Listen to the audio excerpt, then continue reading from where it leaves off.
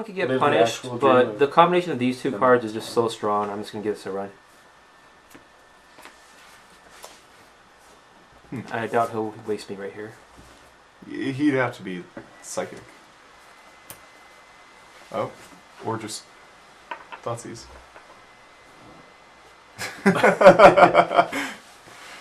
And it's actually great for me because Scryb Ranger allows me to activate this as well as protect my Savannah from Wasteland. Oh, no, sorry, you already did it. The best Thoughtseize ever. I like this because it allows me to activate this later. So what are you thinking? Like, by not wasting? I could waste on my turn 3 and maintain priority after he. Actually, that wouldn't do anything, huh?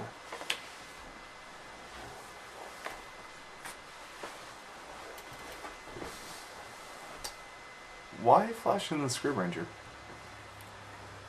I want to do it before he gets an opportunity to like put Daze Mana up. Huh. That was a nice sequence from him. That did do some stuff. Oh, but you have Scryb Ranger. Oh, that's such a powerful combo. Oh man. Oh man, it's like Baby Knight of the Reilquary. So he just never gets to play a land until you run out of Wastelands? Or he gets to use them as Lotus Petals, I guess? Yeah. It's just That's one, fine. right? The guy has to tap? Wait, isn't I used a Scryb Ranger activation to untap that, and then with the trigger on the activation on the stack, I activated it for white. I don't think you can do that. Let's go back through the stack again. You can't activate his ability. I floated for white, activated Scryb Ranger, now the force in my hand with the untapped trigger on the stack. Now I activate with the white floating. Because the Return of Forest is a cost, so it goes to the hand first. The untapped targets Weathered Wayfarer Okay. while it's untapped, so then you can tap Weathered Wayfarer in response. Okay. Okay, fair enough. So this is why I like these cards so much, even though they're pretty dorky. Yet another reason to read Scryb Ranger again. Yeah, exactly. So he knows about this.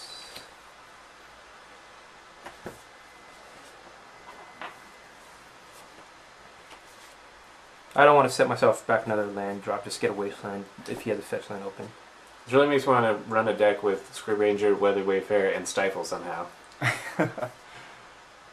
Oh, like, get the Wasteland, and also, here we go, Stifle you? Yeah, yeah. Oh, yeah. man. You just want to jam Stifle into everything, don't you? I really do. I really do. And I think the best card here is Batterskull, because he probably doesn't have removal right now. Or actually, no, he might have removal. But if he does, you're, like, not that far off from casting it, right? Well, I'm still a ways away, but I can get God's Cradle if my Weathered Wayfarer manages to survive. Mm-hmm. This also lets me play around Toxic Deluge effects the best.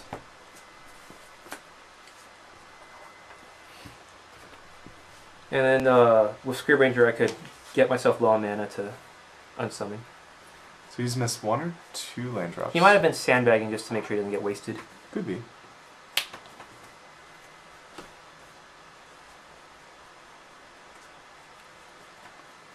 Underground and then Okay. pass. So I can't do any tricks with this, so I might as well just swords that and then use this to put in a Batterskull. Do you have his swords? I do. Sorry. These were my draw steps. I'm very tempted to get this online. Well,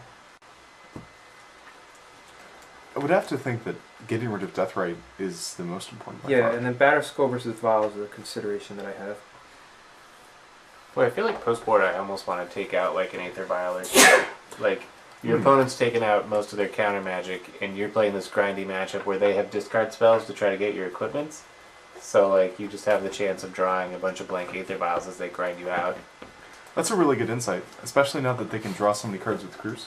Yeah. Well, I don't think he'll be drawing too many cards this matchup. Smug.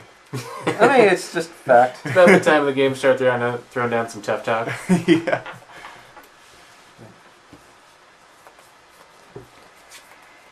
I was actually trying to make an analytical point, but fair enough.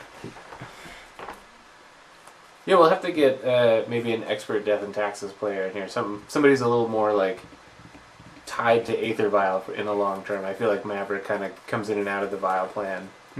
But Death and Taxes players, they're intimately familiar. Sure. Skill and a turn. Maybe Batman? Maybe.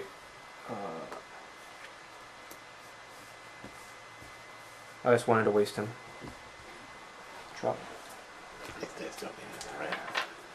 So is your plan to pick up another land? Yes.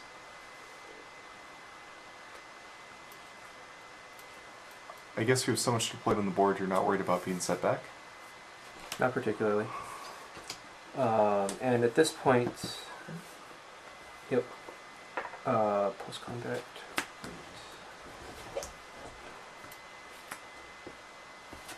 So could you be explicit about what you're doing? Oh yeah, I'm just used to playing against a player I can't hear. So I'm gonna float white.